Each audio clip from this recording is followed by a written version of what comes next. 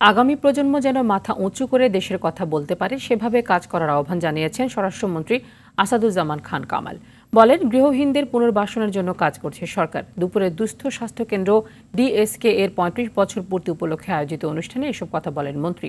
তিনি জানান, স্বাস্থ্যসেবা জনগণের দোরগোড়ায় পৌঁছে দিতে সরকার বদ্ধপরিকর। এসব সেবামূলক কাজে সরকারের পাশাপাশি বেসরকারি সংস্থাগুলোকে এগিয়ে আসবার আহ্বান জানান মন্ত্রী।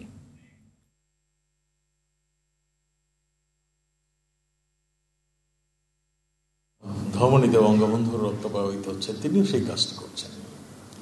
কমিউনিটি ক্লিনিকের মাধ্যমে তিনি আপামর জনসাধারণ, দুস্থ মানুষের, দরিদ্র মানুষের দোরগোড়ায় পৌঁছে দিয়েছেন স্বাস্থ্যসেবা।